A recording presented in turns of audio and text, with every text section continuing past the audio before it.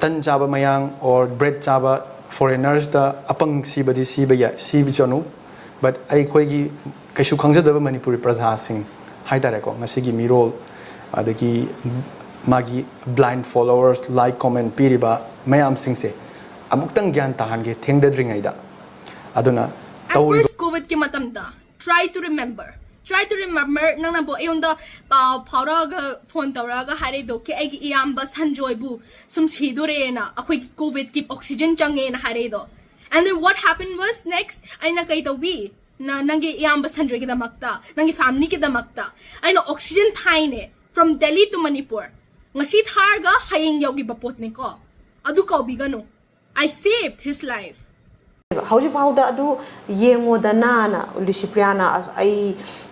international media mayam uma pura kanda Churachandpur da tang adu ta changani ga habido mayam je khupa je phunai ne ba angang ring amini habongda hoi tawgani habida ta penja ba khoi khunai ne ba ko madi tawgani haji noi ding amjabra adu maina comparison tawbodo khoina tawba thabaka mara tawgani habi pot ka comparison do sisi akhoi gi Churachandpur da aina myam da chutney ga lauthoki ba do mana duguma fake ka hare do yam ta ba ya da ngata ne ko I have my reasons.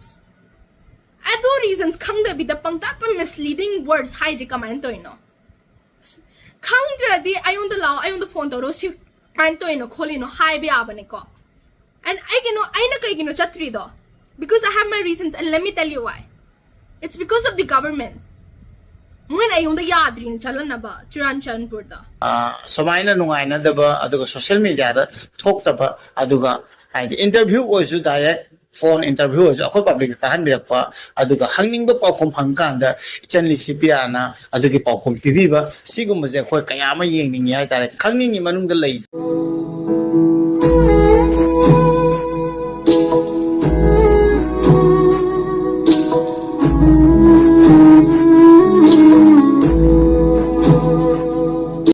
ahan ba maktada empathy now gi channel wo yengbiri ba mayam punok po empathy now na taram nok chari mayam ngasi topic se kari matang no hai bada aina chemjare ba video se maite mo oiraga akhoi maite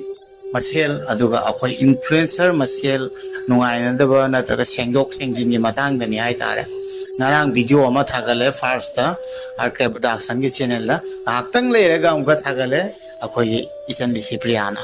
adudi mayam bhap ta bira mane kari matang no hai je first of all aina hai janinge je I both side ki kanam ta ginate every topic talk padai kanam ta for nate but maite mo oina maite gi dam tan di ai lepe every from do jano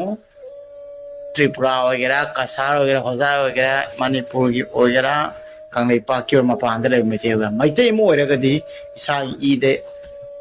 cheli banina aduna maite gi dam tan di lep na ba khoi social platform da leira kanda akhoi su public customer aduga mayam marak to de comment or mayam marak to de akhoi su amani aduga isagi channel ama leibanina akhoi su wari kayama khangjaning ba aduga kayama phongdokning ba leibudo video channel asida hapsarak pani aina so ado khwai han badai haining bani Jodha Heikrujam haiber brother se social activities ni mapan gi thong da chattuna mahak na sur brother na so mayam akhoi gi Manipur gi maitei gi ba ifrup ki ba kayama Wahei thangat pa akhoi gi oiba jati gi ba mana sin chen chombi ba misak amani haiba tare ko aduga Jodha Heikrujam haiber brother na akhoi archive production channel gi maikai da gi ma gi puning da leiba wahai kaya khara akhoi na tabada Lisipria gi ichan Lisipria matang da aduga moi pabung akhoi gi karnajit ki matang da haibani hai tare ko aduga loina na adu do phangbaga amuk reaction pirak pai tare ko Lisipriana ado aina haijaning bade first of all Lisipria da zo interview ki matang da haire husiki archive production ni channel da aduna ai akhona jo pamba ko ai thakta na ta comment da yar ba ma'am ai ma'am comment loino ge par yenga maduna khal lagai ni loino na pami se akhoi masen da somaina nungai na da ba aduga social media da thok ta ba aduga ai interview was direct phone interview is akhoi public tahan birapa aduga hangning ba paukhom phangkanda ichan lisipiana adugi paukhom pibiba sigum je akhoi kayama yengning hai tare khangning manung da leise karino karamano chumbi je seng se landis akhoi isa gi fupu ki obanina asi je sengdok paje am pa me hai tare adu first of all aina haijaga da badi aina thengner wo video arke production gi channel da hapak pane hojiki Jodha Heikrujam brother gi social activities physic aina haisari bido adu video da mate khana yemina se atopa me amna moi gi channel da hojiki arke production gi channel da yengbidaga brother du gi matang da khangbi ba yaro ga de adu di aina haije dum bhap ta biramani ana khalle aduna khangbi da me amna video se yemina se ha ta sidai siga lai videos Lisipriya Kangujam Nahaki 30 minutes exclusive interview amata RK production na laujage Madugi damak miyam khangna open invite tawjari English da oresu yai Hindi da oresu ready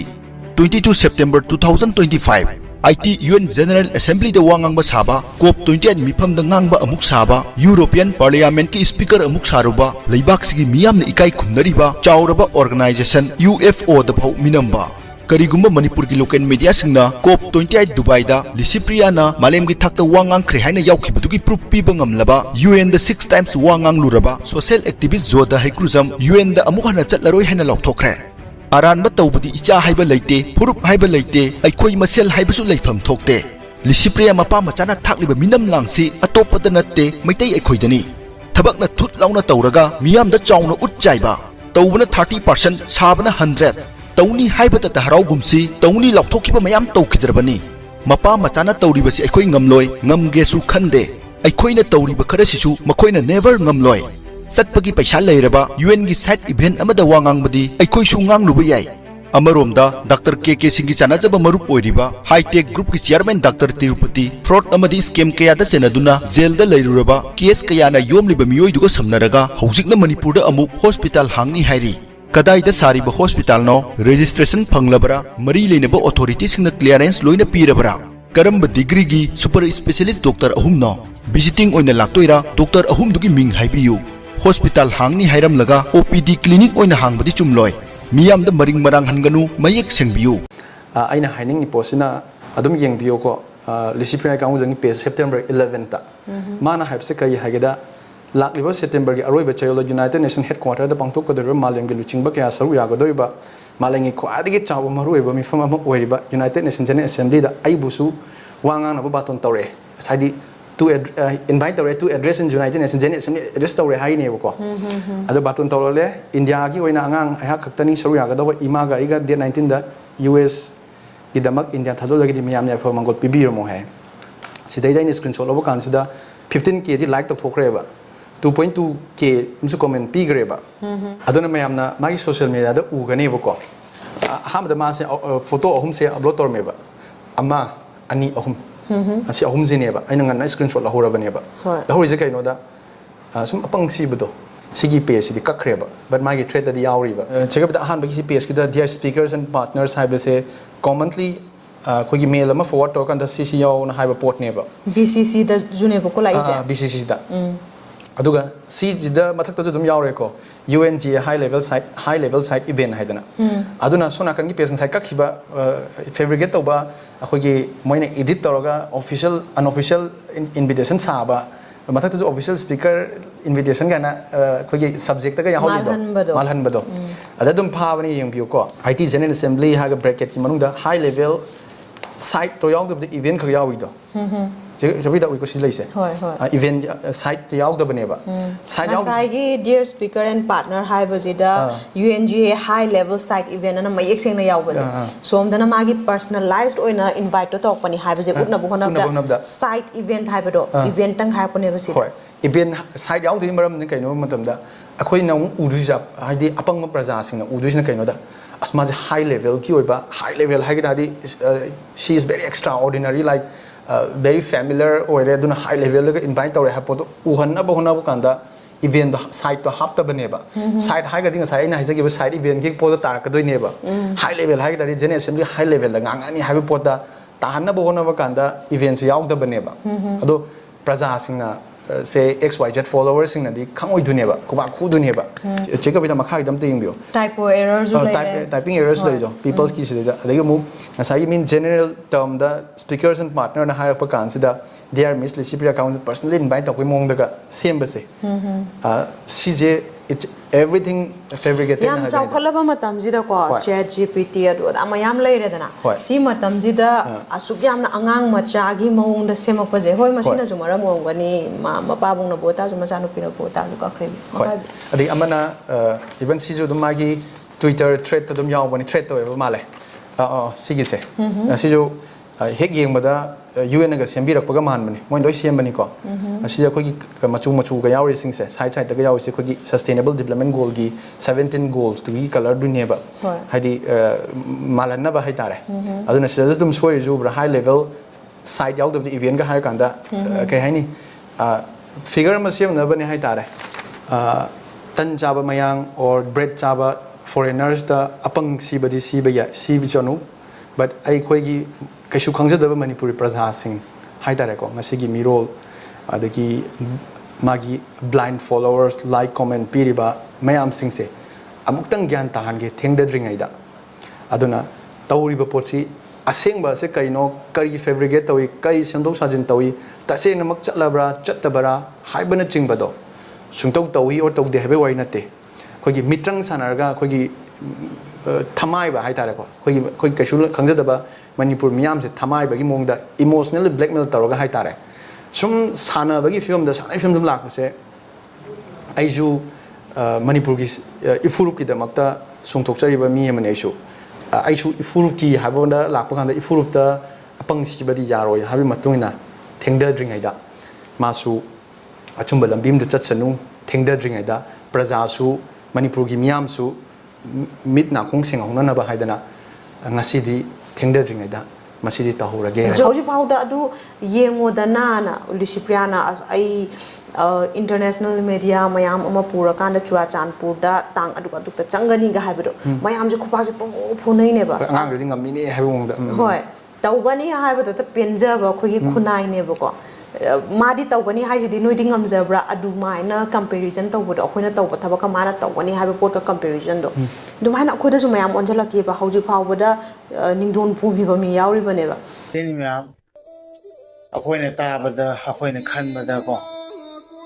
A quite a can the Bakayama, Kananbi, Madame the Manunga Lake, the Kandi, Sina, at the videosina, I the brother videosina, a do the Kanjare. I the the doubt yam labor for the just chummy for the comment away like Adugo Manumut Adam Kangdeko. Adugo, brother, no high Matanina, the Chiki, Akebras, and Ichinelda, Semi Sigi Matanga, Adugo my family Matanga, Adugo my background Matanga, Akoi Kangdeva Kayama Kanyako. Akoi the confusion at later, Aduga, Ichan Lisipriana, social media, YouTube the video of Tagale Aduga, Ichana. Akoigi Facebook tadi mana kai da kari chatluge proof pirak pai mongda akoigi debate tawba aduga controversy gi mongda video se mathang hana gi khangde tak share tawre adu urdaba kaya ama legasu ai chunga si ure map chunga si ure ko aina aduna screen recording tawraga aina ichenli sipriya gi page na sanga ma kari pa kompi ge akoi khangning idna akoi public ni akoi micham miyam ni akoi na moina tawbiri bado akoi na ngampot isa state notice tay baw di hendo pangamde makoi makoi na salaga akoi gi maitay gi oina mapam gi foreign thong da satuna akoi bu maitay gi oiba wahai kaya mak songdok piri ni na trane ko aduna adugi dam tandi ani ma pu chak thok sai adu bu ji controversy je kari mongda lak toina adu matang da yengsina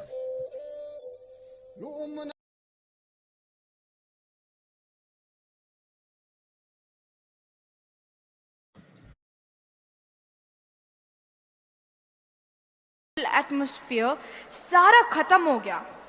All those rich biodiversity hotspots have become into climate hotspots now. Right now, you may know or not, my state Manipur is on fire. वो भी जल रहा है. Many illegal immigrants, the other community cookies, are doing massive deforestation to plant the poppy seeds, the poppy plants. And to this, we're facing intense flash floods, massive hailstorms, and many.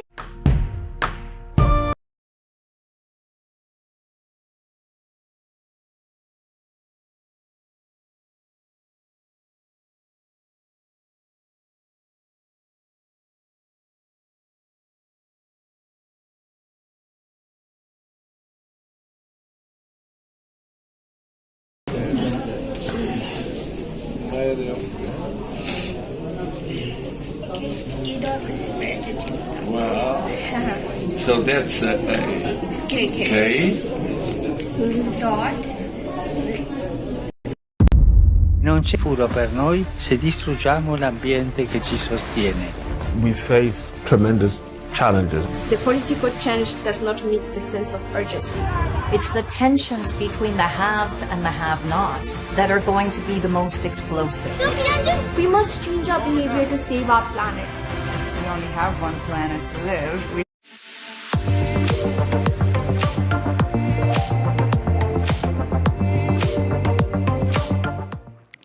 Dear brothers and sisters of Berlin, Khurumjari Namaste. My name is Lissipriya Kangujam. I'm 11 years old, Indian climate activist. Khurumjari ma'am, ay ngasi ma'am da kainom ta haijage ko. Akhoi Manipur ram damjada mi khara leri ko ai ki sum lan ba khot pai ming season ga khara thagalak pa je video do ro post do ro. Ai mediana ta bro jo ai khangde. I don't have any knowledge about it. Adobu me on the Khara Nungshiba, I bu me Nungshiba Mayamna, I on the Hariko, Ichan Lissipria, si Nangi Ming Sinaraka, si Smana video Tagale College, Smana post outage. I naging drink there, I kung the si Mataang, but I na hiding it, ma'am the clarify toning it, Huma Tabakcha. Some clarification on the Changda pot neko, Singto Sinjing under the Kartate, and this will be my last clarification also. Akwegi agi si hantag agi video thagalak pa khara lai ko ya poster pa do aina so haning ije noi I on the interview tomning adi my door is always open agi yum the lake lao interview to lao I cannot kaide nobody is stopping you agi public te jom amne gi number khang mado adu dum phone to biro adu the voice hanache I don't have any problem with that I email fakto ga gising wala I invitation do karam mano karino kamana ayon the phangi kholi do amay tining adi proof to ayon the loy lay because ay na kay gi myam da bo ay na alan ba arang ba ay na kay gino ay why would I spread fake news kay na adu the wangang ore kholi je ay na myam ginatro thabak to bija. And also, whenever I'm doing something good for this society, ako yung Manipur ki damak to ro. Miyam na jukam gani na tabak miyam to ito. Ay na Manipur ki miyam, mga students ki miyam, children ki miyam, people ki miyam ki damak tanay na natro to eja. Adung magpawa tabak ti mo na puthorak tabida ay buhat na bagi tabak to eja kay gino. Ako ki Manipur da ay na tong problem jahay je. Unity jo malay te adubo that's out of the topic. Mi ja mapawa tabak to rakanda. Support to tabida inkat ki hona tabida na. So what I'm trying to say is that I yung dala interview to gejo to lao I kainom ta kaide. Aduga ako'y brother ama jolari ko miyam nakhang gani Jodha Heikrujam. Adudo ay na hining ije brother ay na to iba I'm not affiliated with the NGOs mo na ayon da program invite to aga ay na chat pa junatte. Ayon the invitation slide je direct United Nations ta gini ko. Aduga brother na jo amik ta siyumat hari je ay am nung aite hay tare. Nana UN da chakke jo chalu. It's none of my business. Chakke chalu chakke chaning di chakkano. I don't have any words or comment to say on that. Mana haji kana kainom tawri ko. I am jealous ka ba male ay dagi. I don't know, jealous from a 13-year-old girl child. I don't know how does that make sense. Maji, I'm senseless oi hai tare and way behind his brain, way behind his mind. And as he's jealous, manjo kainom ta sum he's misleading. Mana na kaino akwigi mana spread to misinformation. Mana ay buhat na bagita makta. Ay bu sum agi ay na toy but habak chibu stop lephan na bagita makta. And I would like to say is that aibu NGOs ma'am ay na ka hantag UN ka ma'am chali je ay naga UN ki baton ma'am to direct UN dagine adu invitations ma'am je fake ne na hairo adu ko mahairo sida ay yum de lao ging lao ki fake na ta bro ay ni UN the wangang bro ngang da bro ado UN da handak wangang da hada UNGA da bu aina agi post da aina thagale do link kana training abra ga toida adu link to bu fake ne na haibe abro ne UN gi official link to bu ai speech yawina du da ai yum da law I know the video thabige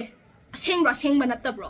aseng banatradi na UN gi office da chalu jo ya du bu khangradi I know the takpige I know kai de da ang brother kai nom kai de and also at the end nang ayon da bo post tore just huma thabak tore I am kinom hatare I am nuaite because at first COVID ki matam da try to remember nang na bo ayon da phawra ga phone tawra ga hare do ke ai iyam ba sanjoy bu sum sidore na akhoi COVID ki oxygen change na hare do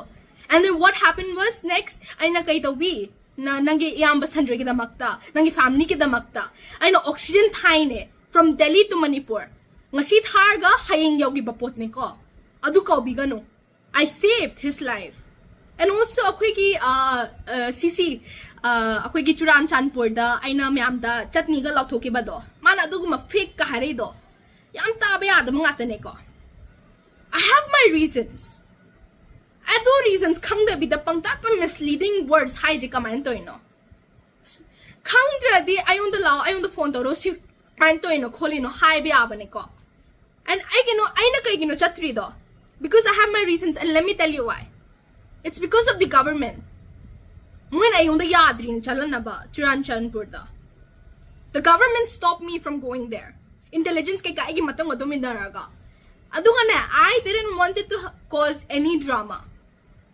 I had drama saganing ngadina I am sagad pe but I didn't want it to have any of that and as a child I want peace akhoi Manipur ge hantag lan ge thoki baje aina mating pang ge baje myam ge damakta ya handa akhoi gi medical camp ki oro adum ba phaba thabak myam to ra kanda adu di yeng bi da sium ba misleading myam words to je kai gino Ichen li Sipriana zu phone tawra ga interview tawra si aduga mangon sumaina tawbigano mangon da ing tabigano aduga ma leire aduga saiba wari madi summa lei pho masi se ai kanam tai phone atte sidai jiga piri ba screenshot se masi am tang ing si screenshot se li Sipriana hai Jodha Heikrujam hai brother se aduga sumaina akoi gi oxygen cylinder brother gi karano gumba ma brother ma gi COVID ki Mataang da help ni ba kan da ichan li Sipriana khudak ta no ma da dum adamine oxygen cylinder ya hon ki hai aduga thawai kan bi ki hai adugi chu yamna mari lei nei hai adai du mateng tau ki hai adomai su samane screenshot ase share dore si je chumra chumdabra akhoi brother ki chinde ju tajaningi maramdi akhoi chamangna re ai khakta natte akhoi meam punumak se ni hai maramdi akhoi loina mongnusi akhoi improve marakta akhoi maite masenda social activities hoigera youtuber masen hoigera film actor actress masen hoigera politician masen hoigera akhoi maite ni bu hai akhoi masenda nungaina daba sengdokna daba adu achum maran karino khangdaba se akhoi ꯂꯩꯔꯤꯕ public ꯑꯩꯈꯣꯏꯗ ꯑꯋꯥꯕ ꯑꯃ ꯑꯣꯏ ꯑꯗꯨꯒ ꯈꯪꯅꯤꯡꯕ ꯌꯥꯝ ꯄꯣꯛꯑꯦ ꯁꯤ ꯃꯩꯇꯩ ꯑꯃ ꯑꯣꯏꯔꯕꯅ ꯏꯁꯥꯒꯤ ꯏꯄ꯭ꯔꯨꯞꯀꯤ ꯑꯃ ꯑꯣꯏꯔꯕꯅ ꯃꯌꯥꯝꯁꯤ ꯅꯨꯡꯁꯤꯔꯛꯄꯒꯤ ꯑꯩꯈꯣꯏ ꯃꯁꯦꯟꯗ ꯁꯨꯃꯥꯏꯅ ꯀꯣꯟꯇ꯭ꯔꯣꯚꯔꯁꯤ ꯊꯣꯛꯄ ꯈꯪꯗꯦ ꯅꯨꯡꯉꯥꯏꯇꯕ ꯈꯪꯗꯦ ꯑꯁꯦꯡ ꯑꯆꯨꯝꯕ ꯉꯥꯡꯅꯔꯛꯄ ꯈꯪꯗꯦ ꯈꯤꯇꯪꯒꯤ ꯅꯨꯡꯉꯥꯏꯔꯛꯇꯕ ꯌꯥꯎꯅꯔꯛꯄ ꯑꯆꯨꯝꯕ ꯑꯁꯦꯡꯕ ꯍꯥꯏꯗꯣꯔꯛꯄ ꯕꯠ ꯆꯨꯝꯕꯗꯣ ꯑꯆꯨꯝꯕꯗꯃꯛ ꯈꯪꯉꯒꯗꯤ ꯃꯍꯥꯛ ꯑꯦꯚ꯭ꯔꯤ ꯁꯣꯝ ꯑꯣꯏꯒꯦꯔꯥ ꯑꯗꯨꯗꯩꯗꯨꯒ ꯑꯩꯈꯣꯏꯅ